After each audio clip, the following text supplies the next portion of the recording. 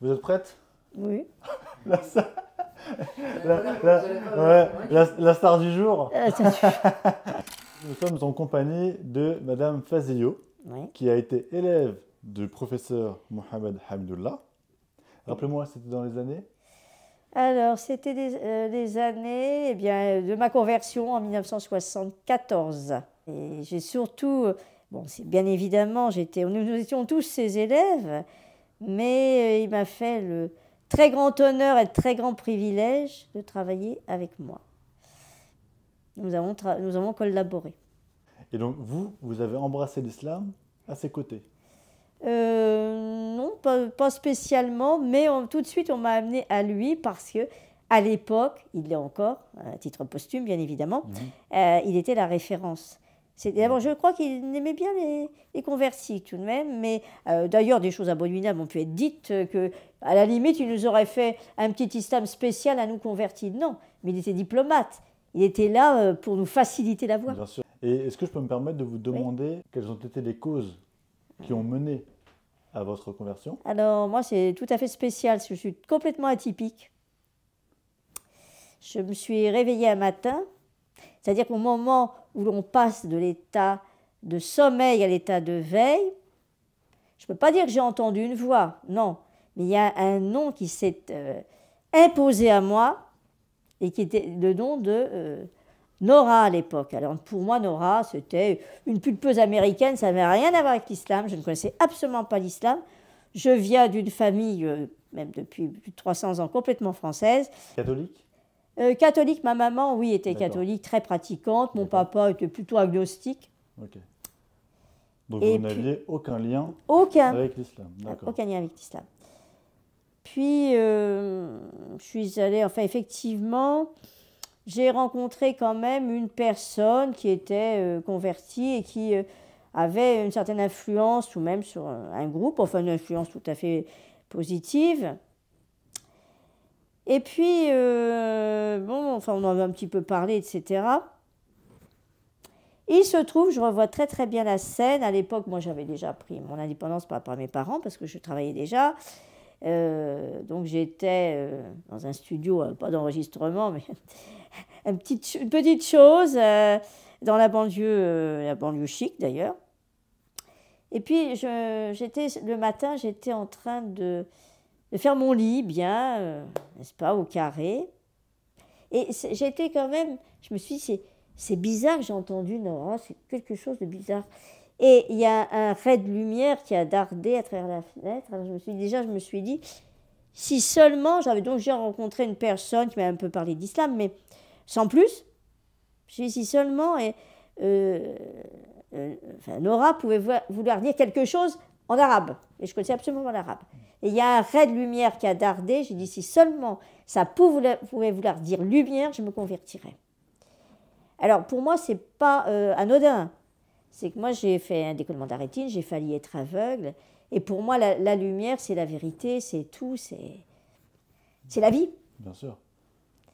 Donc, je retourne voir la personne et puis elle me dit, oh, bah, tu sais, finalement, toi, tu n'as rien contre l'islam, pourquoi est-ce que tu ne te convertirais pas? Et elle me regarde, elle avait des yeux, alors je ne savais pas, moi, le nour dans les yeux, je ne connaissais rien du tout, mais elle m'a transpercé du regard. Et elle m'a dit, toi, tu t'appelleras Myriam. Bah, c'est un de mes prénoms déjà chrétiens, Marie, bon, etc. Puis après, elle m'a dit, non, non, non.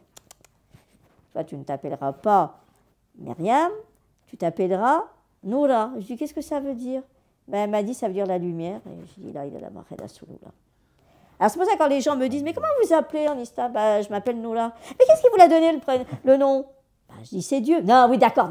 Mais qu'est-ce qui vous l'a donné? Mais je vous assure, je sais Dieu. Et c'est pour ça que je me suis convertie et j'ai jamais regretté. Qu'est-ce qui a fait le lien entre l'islam et cette petite révélation que vous avez eue dans votre studio? Pourquoi tout de suite l'islam? L'islam, parce que j'avais quand même rencontré une personne auparavant qui avait vécu dans la même ville que moi, qui était littéraire comme moi. On avait le même âge et ça. Dieu m'a. Oui, enfin initié. Bon, elle m'avait. En réalité, elle avait vraiment pas envie de m'initier parce qu'elle venait d'accoucher. Mais c'est tout à fait par hasard que j'en s'est mis à parler d'islam parce que je ne savais pas du tout C'était une convertie. Bon, à l'époque, on était ensemble, et puis bon, on parlait pas de foulard, de choses comme ça. Et elle me dit, ah oui, c'était parce que j'étais en plein quartier juif. J'étais dans le Marais.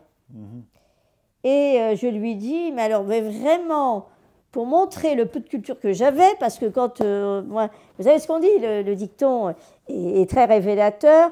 La culture, c'est comme la confiture, moins on en a, plus on l'étale. Alors, je ne savais pas grand-chose à l'époque, mais je lui dis, j'avais appris le mot récemment, et j'aime les termes, et j'aime les mots. Je lui dis, ben, sans savoir quoi que ce soit, je lui dis, ben, là, tu as de la viande cachère. Et j'étais persuadée qu'elle allait me répondre, bah, qu'est-ce que ça me fasse, moi, la viande cachère. Je crois que c'était bon, une catholique comme toutes les autres, si je puis dire. Elle me dit, bah oui, la viande cachère. Je dis, c'est bizarre. Pourquoi est-ce qu'elle ne m'envoie pas promener, qu'elle avait l'air de trouver normal d'avoir de la viande cachère? Et elle me dit, oui, ta cousine, une cousine qui avait fait en fait, qui avait hébergé cette personne, etc. Elle me dit, ta cousine ne t'a pas dit? Je dis, non, quoi? Mais elle me dit, je suis convertie à l'islam. Je dis, ah bon? Ah, je lui dis, mais c'est intéressant, raconte-moi. Et elle m'a un peu raconté, et après, j'ai commencé par la fin, et là, je vous donne le prologue. Et je me suis dit, ben, c'est vrai ce que je recherche, parce que moi, je me disais, des religieuses, quand même, elles ne se marient pas. Et bon, moi, mon idée, c'était de toute petite, j'avais eu cette idée parce que j'aurais dû mourir, patati patata. Et donc, je me suis dit, sûrement que j'aurais, même depuis l'âge de 4 ans, j'aurais une mission, il y a quelque chose. Il y a quelque chose qui n'est pas normal chez moi. Parce que j'aurais dû mourir, mais je ne suis pas morte. Donc, j'avais l'idée que j'aurais quelque chose à dire, etc., et que c'était religieux. Et bien, ça, c'est très intéressant, parce que ça me rappelle d'ailleurs un extrait que m'a partagé Thomas, qui mentionne que la famille du professeur Hamdoullah, il y a eu dans sa région une grande inondation qui a mené lieu à beaucoup de maladies, donc beaucoup de morts infantiles. Et le professeur Hamdoullah, lui, est resté en vie malgré une santé fragile, mais ses proches ont dit de lui qu'il était destiné à faire de grandes choses. Donc, il y a un lien avec vous quand même, parce que grâce à votre parole, vous êtes aussi... Je suis un peu dépositaire. Un peu dépositaire de l'islam. Oui, enfin, oui. Enfin... Bien sûr, parce que vous transmettez son enseignement. Oui. Vous transmettez l'enseignement de l'islam aux Français, qui n'ont pas forcément d'attrait à l'égard de cette religion. Oui. Et donc vous avez aussi un rôle à jouer, comme lui a joué son rôle. Oui, alors je n'ose pas me comparer à lui, mais c'est vrai que j'ai toujours eu ce sentiment qu'il c'était anormal que je sois encore en vie, donc il y aurait quelque chose. Et d'ailleurs, mes parents, enfin ma mère, mais elle, c'était un peu péjoratif, c'était « t'es pas comme tout le monde ». C'était plutôt le coup près. « T'es pas comme tout le monde ». Je l'ai déroutée. Alors le jour où je me suis convertie, elle a compris vraiment que je n'étais pas comme tout le monde, effectivement. Ça ne lui a pas spécialement plu, mais pour ma maman, et bon, je le conçois, vu ce qu'elle avait vécu, etc., il fallait se noyer dans la masse. Et ça, je n'ai jamais pu le faire. Et pourtant, je ne cherche pas du tout à me montrer, ni quoi que ce soit, mais je ne peux vivre que par rapport à ce que je ressens. Je ne peux pas jouer la comédie, ce n'est pas possible. Même, bon, je ne citerai pas où je travaille, n'est-ce pas? Mais ce n'est pas possible. Je peux pas être autrement qu'authentique. Sinon, c'est pas intéressant, etc., quoi. Mais effectivement, bon, j'ai été vouée à mourir. Donc, et ma maman se demandait, alors, c'est pas seulement, je dirais, une coïncidence, je ne crois pas coïncidence, il n'y a que la volonté d'Allah Ta'ala. Je me suis convertie à l'islam, donc quand on m'a dit, ben, ça veut dire, comme je vous l'ai exposé très modestement tout à l'heure, ben, qu'est-ce que ça veut dire? Ça veut dire la lumière. Bon, ben, j'avais dit que si ça voulait dire quelque chose, et la lumière, je me convertirais. Alors donc, je me suis convertie, et ma maman me disait toujours elle avait peur que je sois... elle avait peur donc que je ne sois pas normale. Et finalement, bah, il se trouve que ça... Alors ça, évidemment, ça a quand même perturbé énormément ma famille. Mais ce qu'il y a, c'est que quand on me dit pourquoi vous êtes converti, bon, bah là, je vous ai dit, parce que la plupart des gens ne savent pas d'ailleurs. Et quand on me dit mais pourquoi vous êtes converti, ah bah de toute façon, c'est parce que vous avez rencontré quelqu'un dans les banlieues. Ah non, non, moi je suis très bourgeoise, j'étais. Bon, c'est pas dans les banlieues, non. Parce que vous avez votre mari, ben non, j'ai connu après, l'Armo, mais j'ai connu après. Et je suis atypique, ça dérange les gens, mais en même temps, ça leur permet de se poser des questions. Parce que je ne suis pas venue à l'islam comme tout le monde. Ah oui, c'est votre mari qui vous a fait. Ah, ben non. Ben non, non, pas du tout. Pas du tout. Et est-ce que vous pouvez maintenant nous expliquer un peu votre rencontre avec le professeur? Ben, de toute façon, cette personne connaissait le professeur Hamdoullah, avec laquelle j'avais déjà conversé, etc. Et il était incontournable. À l'époque de ma génération, on ne pouvait pas ne pas le rencontrer. C'était obligatoire, il était le passage obligé. Mais aussi parce qu'il était notre seule référence.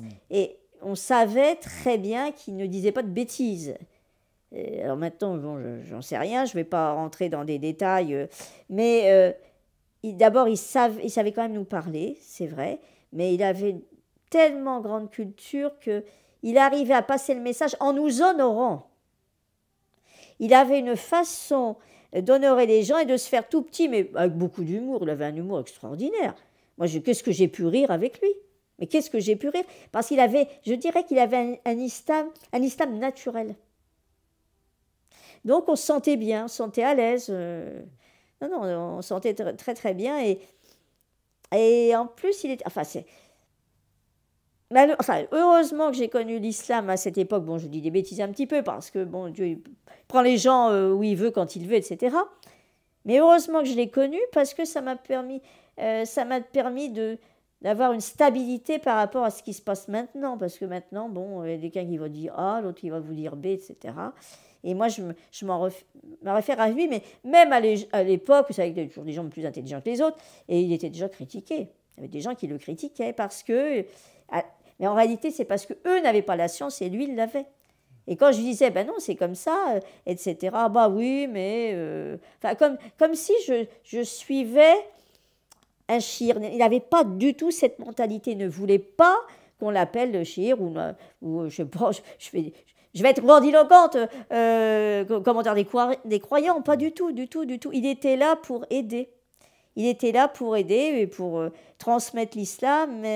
Et finalement, enfin, je ne vais pas me comparer à Aïcha avec le prophète Mohammed sallallahu alayhi wa sallam, mais c'est vrai que c'est très bien avec l'âge que j'ai. Ah oui, je n'ai pas fini ce que je voulais dire tout à l'heure. Ma conversion s'est faite dans le quartier du Marais. Et moi, je suis née le jour de Noël. Et je me suis convertie à l'islam en plein quartier juif. Et je trouve ça extraordinaire. Parce que mon idée, c'est qu'il n'y a qu'un seul Dieu. Et je suis peut-être un peu, je dirais pas naïve, mais on me dit souvent, oui, mais, toi, tu es pour tout le monde, il est beau, tout le monde est gentil, etc. Mais on fait qu'une seule humanité. Je peux pas dire celui-là, il est comme ci, celui-là. Je ne peux pas. Bon, il y a des gens, peut-être, qui ont essayé de me nuire, effectivement, ça ne leur a pas porté chance, mais je ne peux pas diviser l'humanité. L'humanité, elle ne m'appartient pas, elle appartient à Dieu, il fait ce qu'il veut quand il veut. Je rappelais récemment la conversion de Roger Garaudy, qui était un grand ponte du communisme, et j'étais à Nanterre à l'époque, parce qu'en plus, j'ai même fait mai 68, vous vous rendez compte? Donc j'ai des références quand même. Mais je ne peux pas imaginer, enfin, même, je ne sais pas si ça pourra arriver, mais l'idéal, ça serait même d'avoir un institut où on pourrait avoir, alors, je dirais des juifs non sionistes, des gens qui peuvent être tout à fait corrects, hein, il y en a, et où on pourrait apprendre l'arabe et l'hébreu en même temps. Parce que pour moi, l'humanité, c'est comme Dieu. Il n'y a pas à dire les ceci, les cela, maintenant on tronçonne tout, etc.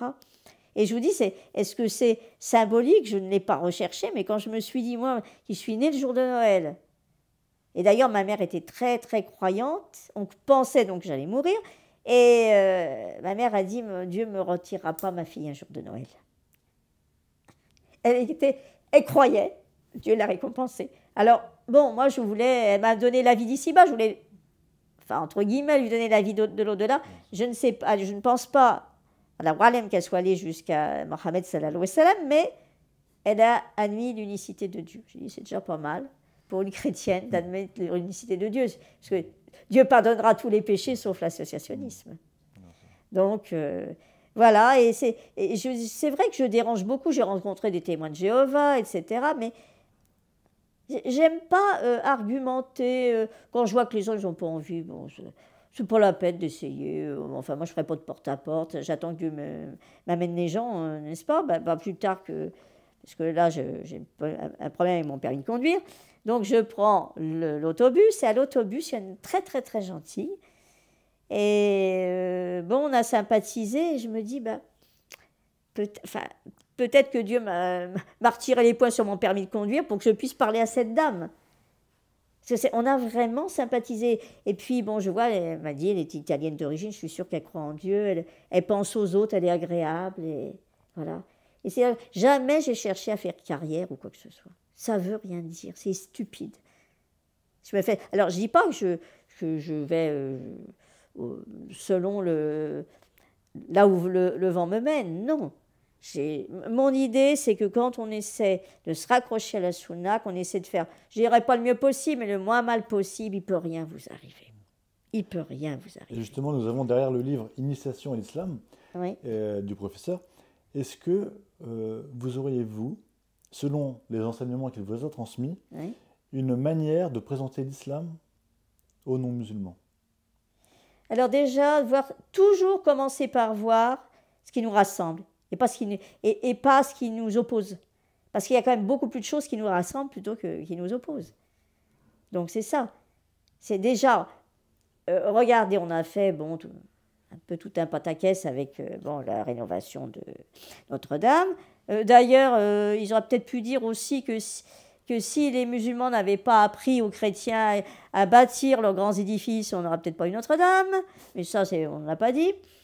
Mais déjà, on commence à parler de Marie, parce que c'est vrai que les protestants font moins ce que font les catholiques, qui ont tendance un petit peu à lui donner presque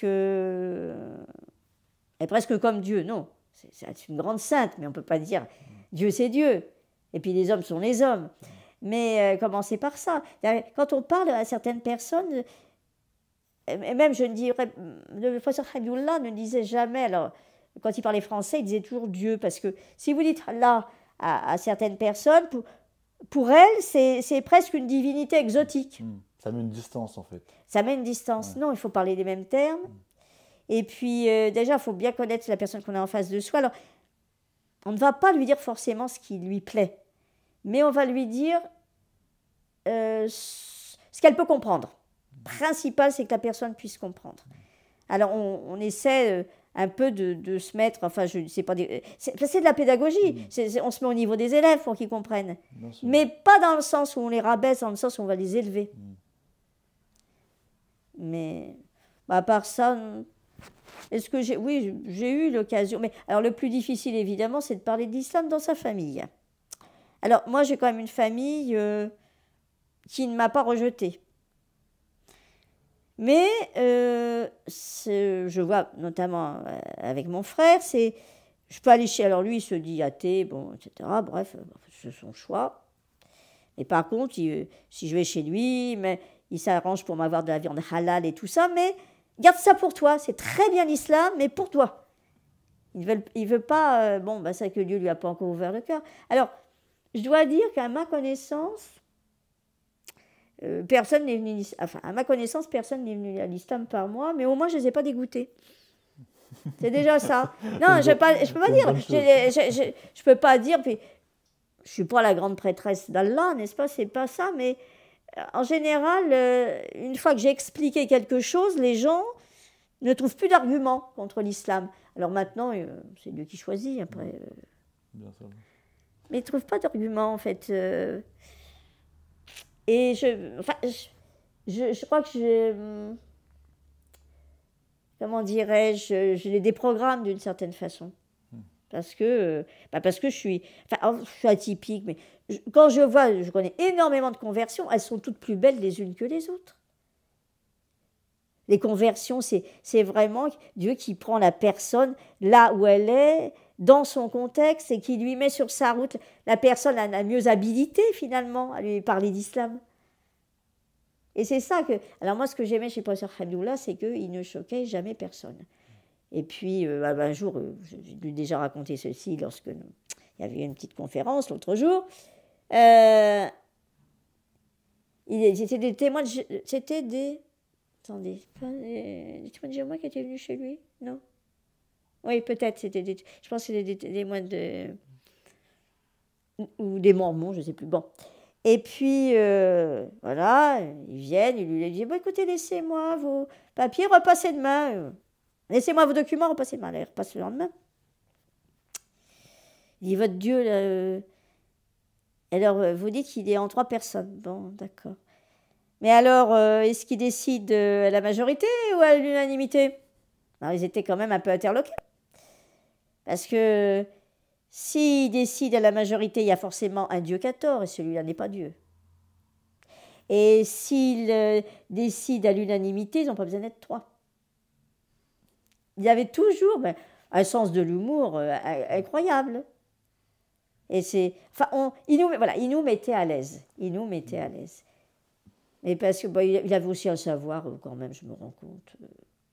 Alors, on a dit l'autre jour à la conférence qu'il parlait 22 langues, mais on m'avait dit 15, mais enfin déjà 15, c'est pas si mal que ça. J'en parle pas autant, mais... Non. Et par contre aussi, il n'avait pas fait de latin. Et moi, j'ai fait du latin. Il m'avait demandé que... Je ne veux pas dire des cours, ce serait très prétentieux et ce serait faux. Mais il m'avait demandé de lui expliquer un certain nombre de choses. Donc ça ne le dérangeait pas que ce soit une femme qui lui explique. Ça ne le dérangeait pas. Il avait quand même une très haute vue des femmes, parce qu'il y a aussi une association qui est tombée en désuétude, et je me dis, j'aurai le temps, je la remettrai peut-être debout. Je crois que ça s'appelait Femmes d'Islam, il me semble, quelque chose comme ça. Et pour lui, les femmes devaient être très instruites. Mais ça n'avait rien à voir avec ce qu'on pouvait imaginer. Ce que voient les gens maintenant, c'est un peu du machisme, et puis c'est tout, quoi. C'est un peu le bassin méditerranéen. Bon, puis en France, on a quand même... J'ai l'impression que c'est parce que l'inconscient collectif parle de l'Algérie, et puis c'est tout. Donc, les gens ne savent... C'est un petit peu comme les vendettas. Ils ne savent pas pourquoi ils doivent être contre l'islam, ils ne savent même pas pourquoi, mais ils doivent être contre l'islam. Voilà. Puis alors, on le vit aujourd'hui. C'est absolument terrible. Démultiplié. Ah non, c'est... Enfin, autrefois, les bâteliers nous ont passé pour des originaux, etc. Maintenant, on passe pour des terroristes. Alors bon, voilà quoi. Donc aujourd'hui, on voit justement qu'il y a une certaine défiance vis-à-vis de l'islam. Oui. Est-ce que du temps du professeur Hamidullah, donc de votre époque, oui. C'était déjà le cas? Est-ce que dans la société, dans les médias, il y avait déjà une agressivité vis-à-vis de l'islam et des musulmans? Ou bien c'était certes beaucoup moins qu'aujourd'hui, j'imagine, mais est-ce que c'était déjà le cas? Et si c'était déjà le cas, comment réagissait le professeur Hamidullah? Est-ce qu'il allait à la rencontre des gens? Est-ce qu'il essayait de faire en sorte de changer un peu l'image qu'il pouvait y avoir dans la société? Ou bien c'était pas vraiment un sujet d'actualité? Alors, je pense que d'abord on était beaucoup moins nombreux que maintenant. Alors c'est René Guénon qui a dit que maintenant on serait dans l'ère du quantitatif. À l'époque, il y avait quand même moins de conversions. Donc, on choquait moins le public. Ça ne se voyait pas. Bon, les gens, c'est ce qui se voit. Hein. Donc, ça ne se voyait pas. Mais par contre, le professeur Hamidullah assistait à toutes les conférences, participait, c'est pas assister, je dirais, participait à toutes les conférences entre chrétiens et musulmans. Il était partout. Il se déplaçait partout. D'ailleurs, je pense que peut-être, Allah Walem, c'est mon mari qui me l'avait dit, Rahmou, il avait raconté à mon mari, Rahmou, qu'il avait fait un rêve et qu'il se voyait en train de distribuer des tracts. Il a compris que Dieu attendait de lui de dispenser l'islam. Voilà. Et c'était son but, parce qu'auparavant, il avait été très peu de temps ambassadeur, d'ailleurs, de son petit État. Enfin, voilà. Et non, et là, on se rend compte très bien, parce que même encore aujourd'hui, je me dis, si je suis sûre... Bah, de toute façon, pourquoi Dieu a-t-il créé les hommes? C'est pour qu'ils l'adorent. Et moi, pourquoi je ne suis pas morte? Je ne suis pas morte, mais parce que j'ai quand même, enfin, une mission, c'est de parler d'islam. Et surtout en ce moment, redresser la vérité. Et moi, je suis très, très sensible à l'image écornée qu'on peut avoir de la femme en islam. Alors, elle est bête, elle ne sait rien faire. Enfin, c'est incroyable. Alors que du temps du prophète Mohammed, déjà, Aïcha, c'était une grosse tête. Ça avait beaucoup de choses. Elle était, je crois, elle savait en médecine, elle avait beaucoup de... elle était très experte dans beaucoup de domaines. Est-ce qu'il y avait beaucoup de femmes, est-ce qu'il y avait beaucoup de femmes justement qui assistaient aux conférences du professeur Hamidullah ou bien qui allaient à sa rencontre? Ah oui. On était... Alors maintenant, ils n'arrêtent pas de parler, je vois bien dans l'éducation nationale, les hommes à côté des femmes, les hommes à côté des... Là, on était aussi nombreuses, hein, et ça ne le dérangeait pas. On était aussi nombreuses. Hein. Oui, il y avait effectivement, il y avait beaucoup de femmes qui venaient avec leur mari ou seules, ou etc. Oui, il était... Parce qu'il n'avait pas... Puisqu'il avait la science, je dirais, il n'avait pas de préjugés bébêtes. Parce que souvent, moi, ce que je peux remarquer, c'est que souvent, ce qui déplaît aux personnes françaises, je peux tout à fait le comprendre, c'est pas l'islam, ce sont des habitudes culturelles. Ça n'a rien à voir avec l'islam. Par exemple, il vous aidait à vous rhabiller, à vous mettre votre manteau, il était très classe, quoi. Enfin, je veux dire, ou il vous poussait votre chaise, ça a l'air de rien, mais ça n'a rien à voir avec... Bon, j'en veux pas que Dieu le guide, mais au petit gamin de banlieue avec sa cagoule qui va vous mettre un coup de poing ou passer devant vous, non, ça n'avait rien à voir. Mais il était éduqué, quoi. Et puis, maintenant, c'est bizarre parce que quand on a de bonnes manières, ça paraît être bourgeois, etc. Non, il avait de l'éducation avec majuscule. Et moi, je suis persuadée que toutes les personnes qui ont eu de l'éducation, qu'est-ce que c'est l'éducation ? Faut pas tuer, faut pas voler, faut respecter les anciens, faut respecter les parents, etc. On peut tous s'entendre, même s'il y a des petits ajustements, mais c'est pas grave ça. Parce que quand même, on descend tous d'Adam et d'Ève. C'est pas possible. Enfin, je sais bien qu'il y a eu, Abel enfin, les deux frères qui se sont entretués, mais je sais pas, Enfin, moi, je veux encore y croire de toute façon. Je veux encore croire à la paix, je veux encore croire à tout ça, même s'il y a beaucoup de choses qui me font mal au cœur. Mais non, parce qu'il ne faut jamais... Regardez, qui aurait pu croire qu'un jour, comment dirais-je, le mur de Berlin tomberait? C'est Dieu qui fait il fait les choses quand il l'a décidé. Donc il faut jamais, jamais, jamais, jamais lâcher prise. Il ne faut jamais, jamais, jamais baisser les bras. Je crois alors moi je passe un petit peu pour quelqu'un d'un peu éthéré, etc. Mais c'est pas grave. C'est Dieu qui fait les choses. Mais je pense que les choses, elles se font par le bas, par la base. C'est pas parce que les grands conférenciers ou tout ça vont dire. C'est parce que par le travail de terrain, je dirais, et la sincérité des gens. Et ça, ils pourront pas l'empêcher. Ça se voit à la télévision quand il y a des gens qui sont pas... raconter un certain nombre de choses, voilà. Et je pense que plus on... Enfin, je ne sais pas si j'ai avancé en islam, j'ai avancé en âge certainement, mais on ressent, on voit quand quelqu'un, on ne peut pas les nommer des politiques, on voit quand ils sont sincères ou qu'ils ne le sont pas. Parce que c'est vrai qu'on a une norme extraordinaire avec l'islam qui nous permet quand même de déceler, alors je sais bien que peut-être qu'il y en a qui sont hypocrites, mais quand même de déceler la vérité. La communauté ne sera jamais d'accord sur une erreur. On les sent, les gens, quand même, on les sent. Et lorsqu'on regarde un peu la vie du professeur Hamidullah, on voit qu'il a écrit plus de 2000 articles, presque une quarantaine de livres.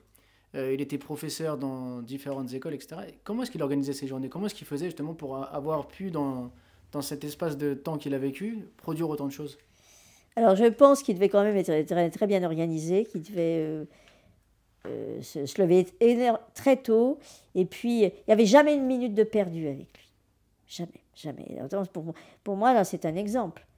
Notamment quand je vois les jeunes avec leur portable, n'en parlons pas. Alors lui, il était un peu... Enfin, il n'aimait pas tout ce qui était moderne, etc. Il ne s'y retrouvait pas, enfin bon, mais il voulait pas être... notamment, il ne voulait pas être photographié. Bon, il voulait rester anonyme, mais il ne perdait jamais même une seconde, quoi. Jamais une seconde. Il avait, je pense qu'il devait se lever très très tôt. Et puis, par contre, ça lui est arrivé. Il y avait une personne qui a fini par se convertir d'ailleurs, et puis il travaillait avec Youssef Leclerc. Et un jour, Youssef Leclerc m'a raconté cela. Il arrive à 18h. Et la personne, il n'avait pas pu travailler parce que la personne venait de lui poser des questions. Mais bon, finalement, c'était une épreuve pour lui parce que, justement, il était extrêmement bien organisé. Mais jamais une perte de temps. Jamais, jamais une seconde de perdu. Donc, je pense que... Alors, on pourrait s'en inspirer, ça, c'est sûr. Hein. Il recevait beaucoup de monde chez lui? Les gens venaient facilement chez lui? Ça ne désemplissait pas. Et le jour de l'Aïd, alors là, pauvre homme, et puis il ne refusait jamais une visite, hein, jamais, jamais. Et même, il refuse, je veux dire, même une femme seule, il la recevait, il n'était pas... Bon, il préférait qu'elle soit avec quelqu'un, mais moi, il y avait une différence d'âge, il y avait tout ça, quoi. Et j'avais raconté, là, qu'il voulait absolument venir travailler chez moi. Et mon mari n'a jamais voulu. Mais je pense que mon mari, c'était de la jalousie, tout simplement. Parce qu'il m'écrit, parce que c'était toujours une écriture, hein, bien sûr. Hein. Il m'écrit et... alors mon mari me dit, oui, tu vas pas le faire déplacer, un homme de cet âge. Bon, je dis pas que c'est mon mari qui m'a dit ça, je dis, bon, je sais pas, j'ai trouvé une tournure pour ne pas le vexer. Il me renvoie une lettre, alors c'était toujours, quand il répondait, c'était par retour de courrier, parce qu'il avait un courrier, tout le monde me posait des questions. Il insiste pour venir. Je dis, s'il insiste, c'est qu'il avait vraiment envie de venir, et puis, bon, bah, ça s'est pas fait, parce que mon mari, il devait être macho. Bon, c'était un Sicilien d'origine, alors ça veut tout dire. Mais un jour aussi, il me dit, mon mari m'arrive, puis il me dit, tu sais pas, il a plaisanté, le professeur Rapidouin, il a plaisanté, je ne croyais pas qu'il plaisantait à ce point-là, mais je dis, si, puis il était très pinçant, rire et tout. Il était très sérieux, mais je dirais, il n'avait pas cet esprit de sérieux. Enfin, l'esprit de sérieux dans le sens je me prends pour quelqu'un, etc. Et encore une fois, je l'ai dit tout à l'heure, à partir du moment où c'était naturel, ça passait bien. Ça passait bien quand même. Parce qu'il trouvait toujours des trucs, bon, comme le coup des... Parce qu'on sait très bien ce que refusent les chrétiens, c'est de pouvoir être polygame, notamment. Et il m'a dit, le professeur me dit, bon, dans cette conférence, j'y suis allée, mais quand je vois que les gens, ils veulent pas entendre. Hein, ils ne cherchent pas à savoir, ils cherchent à imposer leur savoir. Et il me dit, je posais la question, mais vous êtes traducteur, oui. Vous vous rendez compte, vous avez 4 femmes, et chaque femme parle 4 langues. Eh bien, ça vous résolverait pas mal de problèmes. Il arrivait toujours à s'en tirer comme ça. Et bon, là, il m'a quand même inspiré de faire ça, à la limite tourner à la dérision, parce que sinon on se heurte à des murs, ça ne sert à rien. Mais peut-être que la personne sera ouverte plus tard. Il faut cheminer aussi avec la personne. Et puis, je sais pas, les sœurs, elles ont des vies normales. Enfin, d'ailleurs, il y a beaucoup de sœurs qui... Quand elles vont, je sais pas, au parc avec leurs enfants, elles parlent. Il y avait une sœur aussi à mon époque qui avait été très vexée. J'ai dit non, il ne faut pas être vexée. La dame était sincère. Bon, c'était une Tunisienne d'origine d'ailleurs, qui avait fait des études. Alors, bon, à l'époque, Tunisie, on n'apprenait pas l'arabe, c'était que le français. Et donc, elle parlait très très bien. Et elle s'habillait en sœur, quoi. Et elle était avec ses enfants au parc. Et il y a une dame qui dit, mais quand on vous voit habillé comme ça, on ne peut pas penser que vous parlez correctement. Et la personne avait été très vexée. Mais je dis, non, tu as montré un autre visage de l'islam. Tu as montré un autre visage, c'est tout. Puis bon, maintenant, je crois qu'un peu on va vraiment vers le dévoiement. C'est autre chose, ça. C'est vraiment autre chose. Et puis, même la provocation, quoi. Mais je voudrais continuer de passer... cet islam que j'ai vécu et cet islam du professeur Hamdoullah, c'est-à-dire, je n'irais même pas la tolérance, parce que la tolérance, c'est admettre contre son gré. Lui, il respectait les gens. Voilà, le respect humain, et voilà. Le respect. Je pense que c'est vraiment ce que le prophète Mohammed sallam faisait, puisque quelqu'un il est venu pour le tuer et est ressorti en étant converti. Donc c'est ça. Et justement, parce que le professeur Mohamed Hamidullah, donc il vous a enseigné le respect, etc. Mais lorsqu'il donnait des conférences, quels étaient les thèmes qu'il abordait justement les thèmes qu'on retrouve dans son livre, qu'il a fait tout seul. Hein. J'avais expliqué que il devait se retrouver une année après, toi tu fais ci, toi tu fais ça, et puis il lui a tout fait tout seul parce que les gens n'avaient rien fait. Non, il abordait tous les thèmes. Et puis il n'était pas prude, je veux dire. Et, il me disait, vous êtes une femme mariée, je peux vous parler de ça. Il avait un islam naturel. Il n'était pas choqué par les choses. Dans le Coran, on parle de tout. Non, il n'était pas du tout gêné. Mais j'ai envie de dire, je vais faire très attention à ce que je dis parce que ça pourrait être mésinterprété. C'est pas, même déjà à son époque, donc à mon époque, donc les années 74, il y avait des gens qui s'imaginaient qu'il y avait l'islam du professeur Hamidullah. Non. Pour moi, c'était l'islam. L'islam tel qu'on le lit dans le Coran, tel que la Sunna nous l'enseigne, tel qu'on connaît la vie du prophète Mohammed sallallahu alayhi wa sallam. Mais même déjà à l'époque, et puis alors, surtout comme il n'était pas arabe d'origine, alors j'ai eu le droit à... Ah ben non, il n'y a que les Arabes qui peuvent comprendre de l'islam. Ah bon, il y a pas... Même dans le Coran, il y a des gens qui n'étaient pas d'origine arabe. Est-ce qu'il avait des endroits spécifiques où il allait enseigner ou vraiment il allait partout? Est-ce que les gens, quel que soit leur âge et leur origine, venaient étudier chez lui, ou bien c'était vraiment un petit cercle de personnes qui étaient autour de lui? Non, c'était pas un petit cercle, c'était un cercle très large. D'ailleurs, on voit bien quand on allait lui présenter nos vœux d'Aïd, c'était une queue interminable sur le trottoir. C'était pas... Il allait où on le demandait et il recevait chez lui. Et puis il recevait aussi rue Boyer-Barret. Dans un petit truc. Et c'était le dimanche après-midi, on y allait, et il faisait ses conférences, mais on ne savait plus où mettre les gens. Mais c'était des locaux qui étaient plus que modestes. Et puis après, c'était la mosquée de Stalingrad. D'accord. Où il y avait celui qui lui prenait, enfin je crois qu'il écrivait en arabe, c'était M. Weslati, qui est décédé d'ailleurs depuis, avec sa femme.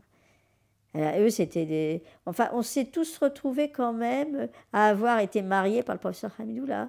Puis il nous faisait des cadeaux, il était très, très agréable. Alors, on n'a pas voulu, parce que lui, il n'aurait pas voulu de toute façon, c'était pas un cénacle d'initiés.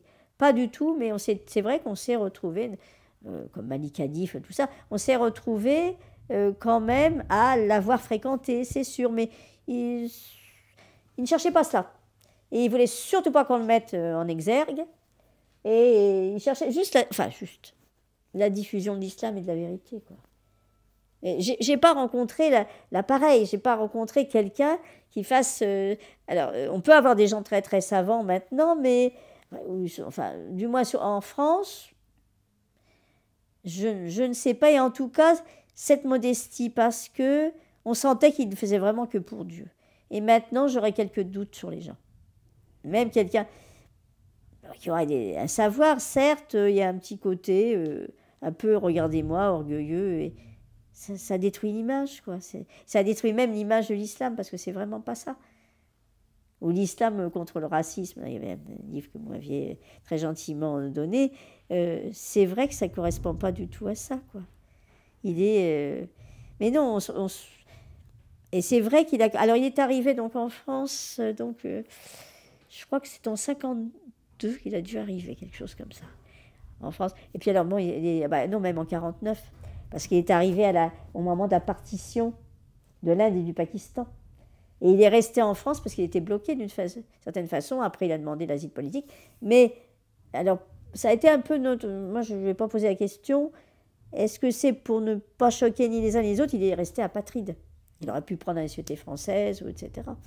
Il est resté apatride, mais... Ce qui ne m'étonne pas pour moi, enfin ce que j'interprète, c'est qu'il se voulait, je dirais en dépit de sa modestie, ou ça faisait partie de sa modestie, il se voulait universel, c'est-à-dire il n'a pas choisi de nationalité. spécifique. Et puis il vivait dans une modestie.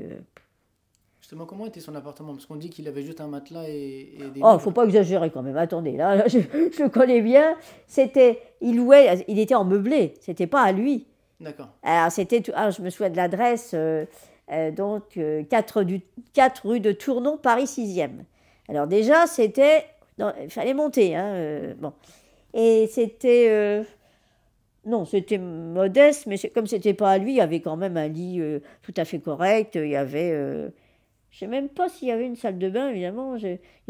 Non, ça faisait un peu chambre de bonne, si vous voulez, mais un peu plus grand qu'une chambre de bonne, quand même. D'accord. Je sais pas, non, il n'était pas... Faut pas... C'était quand même pas le fakir avec des clous par terre. Non, faut pas pousser quand même. Faut pas exagérer. Mais il était emmeublé. Il dit, c'est pas à moi. De toute façon, c'est pas à moi. Mais c'est vrai qu'on sentait bien qu'il recherchait je veux dire, la richesse de l'au-delà. C'était pas la richesse, c'était pas... je peux même dire qu'il prêtait de l'argent. Hein. Parce qu'il avait eu une bonne retraite. Il est resté, je sais pas combien d'années, en Turquie. Oui, c'est professeur. D'ailleurs, il refusait... il y a eu l'Arabie Saoudite, le Pakistan qui ont voulu lui remettre des prix, donc des sommes d'argent pour le récompenser de ses efforts. Oui. Et lui, il ne voulait pas de cet argent pour avoir la récompense divine. Oui. Et donc, il prenait cet argent et il le donnait. C'est ce qui est raconté justement dans de nombreux témoignages. Ah oui, de toute façon, il était même... il y avait quelqu'un qui lui avait demandé de l'argent, il l'avait tout de suite. Il devait... Comme il ne dépensait pas, de toute façon, donc je pense qu'il avait de quoi vivre, mais c'est les autres qui en profitaient, c'est pas lui. Parce que ça ne l'intéressait pas. Et c'est déjà une hauteur de vue. Alors c'est tellement différent que ce qu'on voit maintenant. Mais j'ai l'impression que l'écart se creuse. Parce que même dans les années 80, tout ça, l'islam, qu'on vit en France, j'aime pas dire l'islam de France, parce que ça a été bien galvaudé, cette expression. Et c'était quand même, ça ressemblait plus à l'islam vécu par le professeur Hamidoullah. Maintenant, moi, je ne reconnais plus l'islam. Hein. Je ne le reconnais plus. Je connais bien l'islam, justement, et on connaissait, malheureusement, parce que le professeur Hamidoullah, il n'est pas énormément connu des jeunes, je vois. Il n'est pas... Certains, oui. Mais quand je dis, c'est la première traduction d'un musulman, le Coran, c'est le premier musulman qui l'a traduit. D'ailleurs, j'ai peut-être appris ça à votre conférence l'autre jour, qu'il voulait donner... la France l'avait accueilli, et ce qu'il voulait donner, rendre à la France, que c'est au moins lui qui ferait la traduction et que ça ne serait pas traduit par n'importe qui, quoi. Mais ce que j'avais dit à la conférence, je me souviens, on avait posé la question, le professeur Hamidoullah, ça a été posé par un frère devant moi.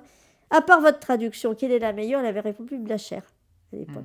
Il avait répondu Blacher. Mais c'était à la fois, il savait allier, et ça, j'ai pas trouvé d'équivalent, à la fois d'être intellectuel et près des gens. Il savait leur parler leur langage. Et là, maintenant, non, j'arrive pas à trouver l'équivalent. Plus ça va, plus je me rends compte, avec tout ce qui se passe autour de nous, qu'il nous manque. Parce que je me souviens quand il y avait eu Khomeini qui était en France, et puis bon, etc. Bon, il a chassé le chat, et la Chabanou, bon, bref, j'ai pas eu d'état d'âme à ce sujet, mais après, il y a quand même eu des exactions, etc., etc. Et là, lui, ça le choquait. Moi, j'ai dit, écoutez, moi, ça me choque parce que ils font comme la Révolution française, quand on commence à couper une tête, une deuxième, une troisième, on tue tout le monde. Hein, on tue les gens au grand soir, quoi. C'était presque, je sais pas, presque anarchiste.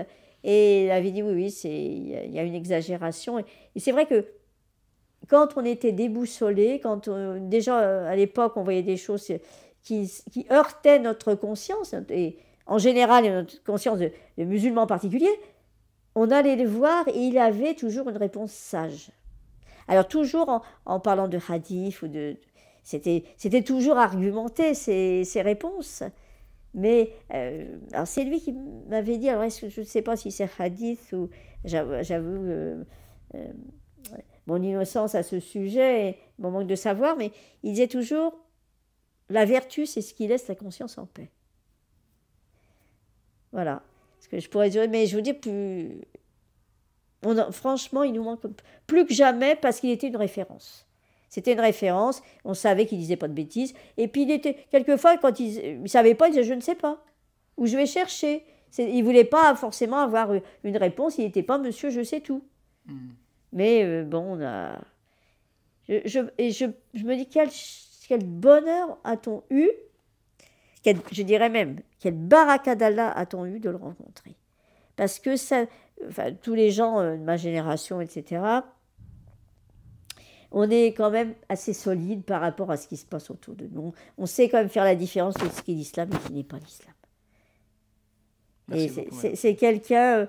voilà, moi je vois pas enfin du moins en France, je vois pas son équivalent. Et puis bon, et puis il admettait tout le monde. Et puis non, je dis, il recevait chez lui et chaque fois qu'il était appelé quelque part, ça pouvait être presque au bout du monde, il y allait. Et même une fois, il a fait une conférence en Chine dans une mosquée et il y avait une petite jalousie. Il est revenu en France, il est reparti en Chine parce que il y avait une autre mosquée qui était un peu jalouse. Ah oui, oui. C'était... Enfin, il n'aimait pas le dire parce que ça faisait un peu prétentieux. Non, il était... Mais je vous dis, déjà, à mon époque, il était déjà dénigré parce qu'il n'était pas arabe. Alors, un jour, on m'a dit, oui, c'est un professeur, mais ce n'est pas un savant. Bon.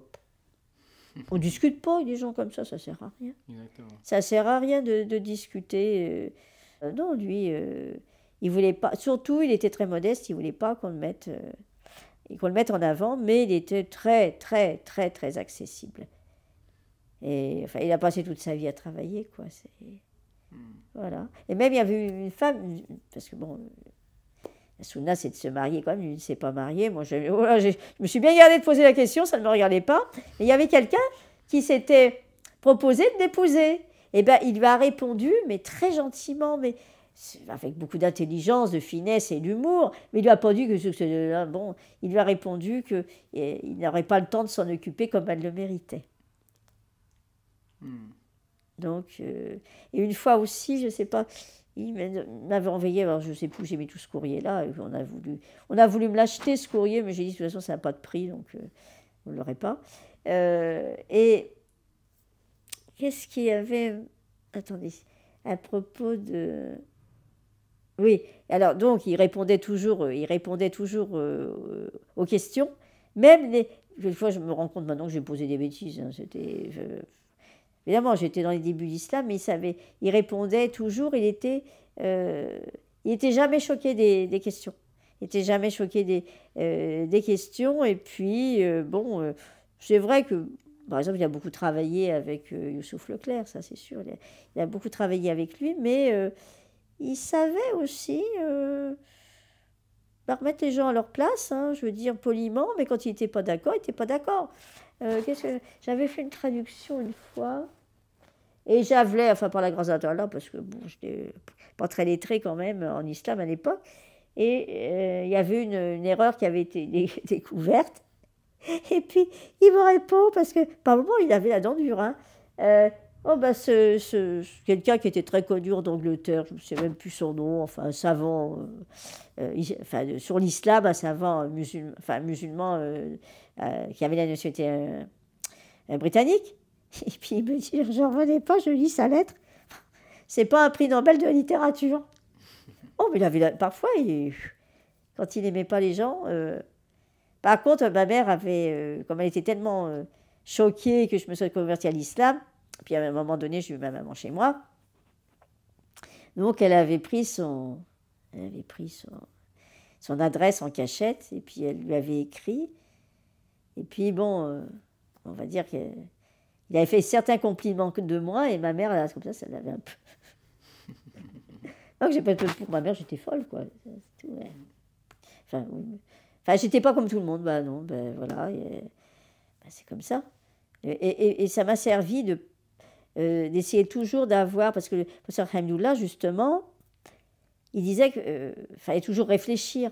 Avant de redonner une réponse, on réfléchit. Et donc, ça m'a donné cette occasion de réfléchir, voilà. Mais j'éprouve tellement de bonheur à en parler. J'ai l'impression que je le fais revivre. Mais Et c'est un peu le 21 cas, ans, c'est un peu le cas. c'est... Vous êtes un recueil d'anecdotes à vous toute seule.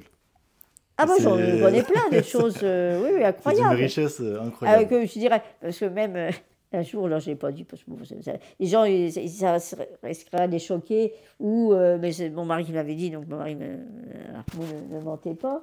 Mon mari, à un moment donné, il voulait faire une librairie islamique. Et puis il dit, oh, c'est pas ce qu'il m'a dit, professeur Hamidoullah. Mais vous savez, ils étaient entre hommes, bon, moi, ça m'a amusé. Hein. Ben écoutez, par les temps qui courent, vous feriez une, comment dirais-je, une librairie, pas pornographique, mais ce qu'il y avait à l'époque, une sex shop, ça vous rapporterait plus. Et il riait de son truc. Mais là, il était vivant, normal, il n'était pas... Ah non, il C'était naturel. Très naturel, ça, je ne vais pas le dire, mais on croirait que... Mais non, mais c'était vrai, c'était vrai. Puis un jour même, on travaillait ensemble, puis après il était gêné, mais c'est pas grave. J'avais mal tourné ma phrase, moi c'était des choses en anglais que je traduisais, et puis bon, comme il était quand même, ce que je ne suis pas, il parlait l'anglais depuis l'enfance, c'était mal tourné le truc. Ben, il m'a tapé sur l'épaule, puis après il était gêné, mais ça va... Non. Ou alors il est toujours à manger ses petits fruits, ses petits raisins secs, ces petits trucs... vous savez, alors, il venait juste d'entamer un paquet, puis il me dit, non, tenez, prenez-le, etc. Quoi. Ah non, je vous dis, c'est... Mais finalement, de me dire ça, je me sens encore une plus grande responsabilité. Je me dis, peut-être que Dieu veut que son exemple, je le porte le plus loin possible. Alors, peut-être que je peux... Parce que un peu comme... Enfin, non, je ne vais pas comparer à Aïcha, mais elle était quand même... à une époque où il n'y avait pas de vidéo ni de choses comme ça, elle pouvait parler du prophète Mohammed sallam, parce qu'ils avaient 41 ans d'écart, je crois. Pouvait en parler, quoi. Mais je vous dis, à l'époque, il n'était pas bien vu par tout le monde. Je ne sais pas, vous qui êtes dans l'édition, s'il y a eu autre chose, mais initiation à l'islam, moi je dis qu'il n'y a que ça jusqu'à présent. Il n'y a rien d'autre pour des convertis. Il n'y avait vraiment rien d'autre. Et puis, mais un jour, puis il avait l'habitude aussi. Un jour, je viens avec une sœur, juste pour le voir, il dit... Alors, qu'est-ce qu'il y a pour votre service? Ben non, on est juste venu vous passer le salam. Il était étonné parce que les gens, demandaient quelque chose, ils demandaient de le savoir aussi, mais nous, on n'avait rien à demander. C'était juste qu'on voulait lui passer le salam. Elle était très émue. Et puis, il savait, le jour où j'ai perdu mon père, bon, j'avais quand même du chagrin, c'est mon père, etc. Et d'autant plus de chagrin que, bon, on ne sait pas comment ils sont morts. On a toujours, nous, les convertis, on sait ce qui attend nos familles, et puis, bon, c'est Dieu qui décide, c'est pas nous. Et il y a quelqu'un qui l'a dit devant le professeur Hamidoullah, qui a dit, Nora vient de perdre son père. Et j'ai éclaté en sanglots, et puis, il avait toujours la bonne parole.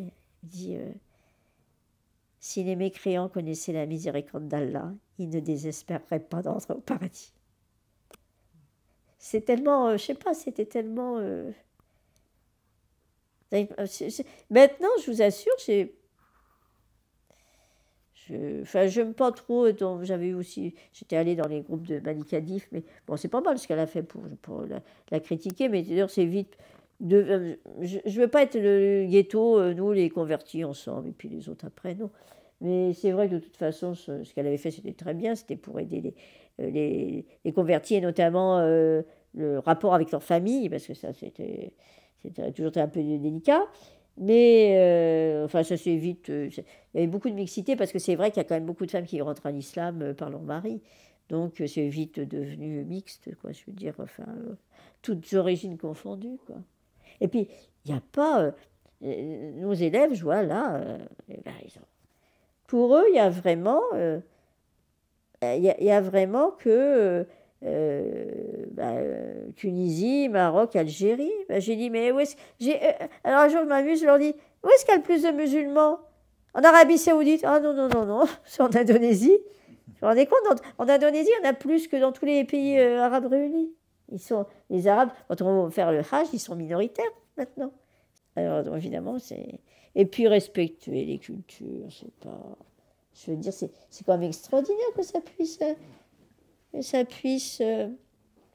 que l'islam peut... Et le message universel, donc en tout temps, en tout lieu, jusqu'à la fin du monde.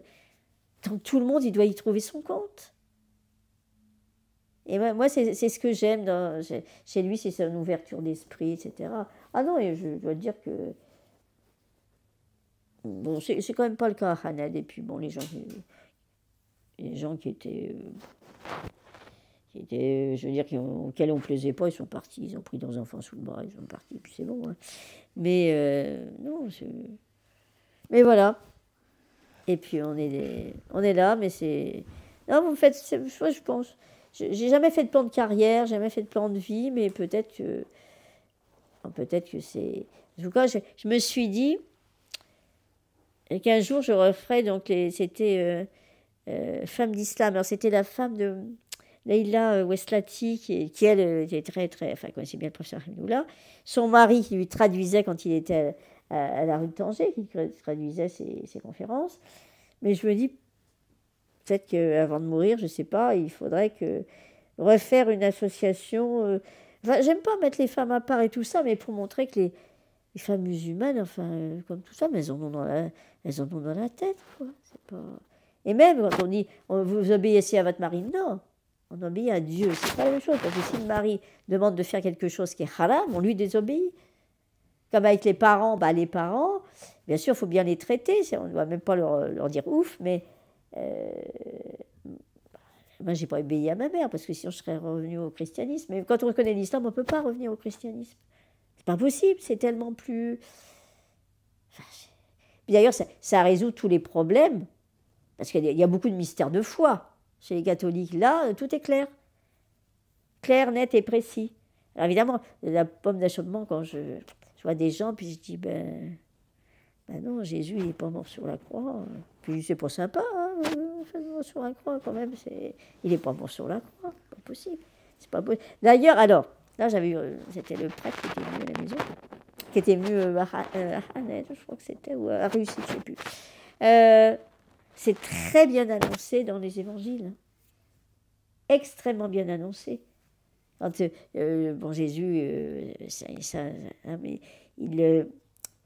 il dit, il va voir ses sahaba, ses apôtres, il leur dit, je vais remonter vers le Père qui m'a envoyé. Bon, oui. Puis comme un jour, j'avais même des élèves, l'ascension, je dis, écoutez, pour une fois que c'est la même chose, les trucs des chrétiens, j'ai dit, je regrette, hein, vous prenez le Coran, Dieu l'a élevé jusqu'à lui. Donc c'est l'ascension, etc. Et à ce moment-là, donc, c'est sahaba, quoi. On dit, mais...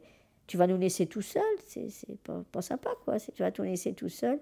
Oui, mais si je ne remonte pas vers le Père, celui qui m'a envoyé, celui qui l'enverra après moi ne pourra pas venir. Et celui-là ne parlera pas de lui-même, l'ange Gabriel. Il ne parlera pas de lui-même et il dira la vérité. C'est parfaitement annoncé. Alors, j'ai jamais le truc de la Pentecôte avec machin, j'ai rien compris. Mais j'ai jamais rien compris parce que c'est pas vrai. J'ai rien, mais là, c'est clair, quoi. Le message est très clair. Et c'est même un prêtre qui m'a dit, c'est Jean 14, etc. Alors, je suis allée lire. Donc, ça, je vais faire un petit peu de dawa ou prêtre. Voilà. Madame Fezio, merci à vous. Merci beaucoup d'avoir accepté notre invitation, ouais. qui s'inscrit dans notre semaine Hamdoullah pour lui rendre hommage. Ouais. Et je fais un petit parallèle avec votre nom, Noura. Malgré le temps gris, vous avez été notre rayon de soleil aujourd'hui. Ah bon. Donc, merci encore d'avoir accepté notre invitation. Voilà, c'est avec plaisir et merci de m'avoir fait l'honneur de me donner cette occasion de parler du professeur Hamdoullah et bien au-delà de lui, bien sûr, de parler du message divin et qu'on puisse revivre tous ces bons moments au paradis.